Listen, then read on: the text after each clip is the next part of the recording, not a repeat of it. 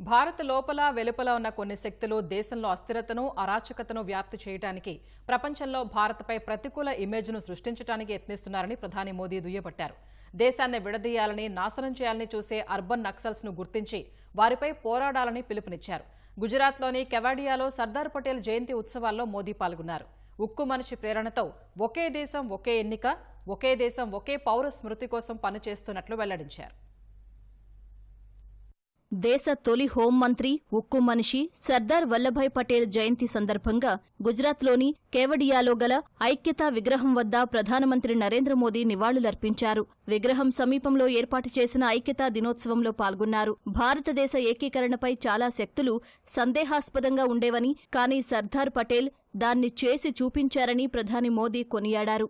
దేశం ఇప్పుడు ఒకే దేశం ఒకే ఎన్నిక, ఒకే దేశం ఒకే పౌరస్మృతి దిశగా అడుగులు వేస్తోందని ప్రధాని అన్నారు. వాటికి కూడా సర్దార్ పటేలే ప్రేరణ అని వ్యాఖ్యానించారు.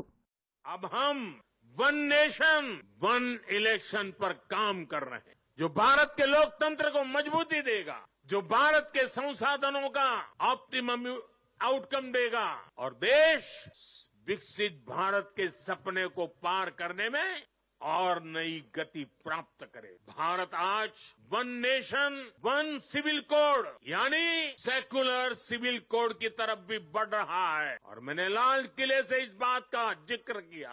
इसके भी मूल में सामाजिक एकता, सरदार साहब की बात ही हमारी प्रेरणा है.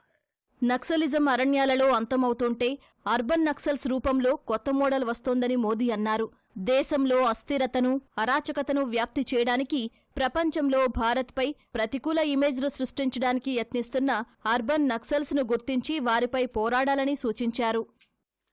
भारत के बढ़ते सामर्थ्य से, भारत में बढ़ते एकता के भाव से कुछ ताकत है बहुत परेशान है. भारत के भीतर और भारत के बाहर भी ऐसे लोग भारत में अस्थिरता, भारत में अराजकता फैलाने की कोशिश कर रहे हैं. वो भारत के आर्थिक हितों को चोट पहुंचाने में जुटी हैं. ये लोग भारत की सेनाओं तक को टारगेट करने में लगे हैं. मिस इन्फॉर्मेशन कैंपेन चलाए जा रहे हैं. सेनाओं में अलगाव पैदा करना चाहते हैं. इनके हर प्रयास का एक ही मकसद है, भारत का समाज कमजोर हो, भारत की एकता कमजोर हो. ये लोग कभी नहीं चाहते कि भारत विकसित हो, क्योंकि कमजोर भारत की राजनीति, गरीब भारत की राजनीति ऐसे लोगों को सूट करती है. अर्बन नक्सलियों के इस गठजोड़ को हमें पहचानना ही होगा. हमें देश को तोड़ने के सपने देखने वाले, देश को बर्बाद करने की विचार को लेकर के चलने वाले, मुंह पर जूठे नकाब पहने हुए लोगों को पहचानना होगा. उनसे मुकाबला करना ही होगा. రాష్ట్రీయ ఏక్తా దివస్ పరేడ్లో సైనిక బలగాలు చేసిన విన్యాసాలు, కళాకారుల సాంస్కృతిక ప్రదర్శనలు ఆకట్టుకున్నాయి. సీఆర్పీఎఫ్ మహిళా, పురుష సిబ్బంది బైక్లతో చేసిన విన్యాసాలు ప్రత్యేక ఆకర్షణగా నిలిచాయి. పటేల్ విగ్రహంపై భారత వాయుసేనకు చెందిన సూర్యకిరణ్ ఏరోబాటిక్ బృందం పూల వర్షం కురిపించింది. 2014లో మోదీ తొలిసారి ప్రధానిగా బాధ్యతలు చేపట్టిన నాటి నుంచి పటేల్ జయంతిని జాతీయ ఐక్యతా దినం పేరుతో వేడుకగా నిర్వహిస్తున్నారు. 2018లో గుజరాత్లోని కేవడియా ప్రాంతంలో పటేల్ భారీ విగ్రహాన్ని ప్రధాని ఆవిష్కరించారు. 182 మీటర్ల ఎత్తులో ఉండే ఈ విగ్రహం ప్రపంచంలోనే అతిపెద్ద స్టాచ్యూగా గుర్తింపు సాధించింది.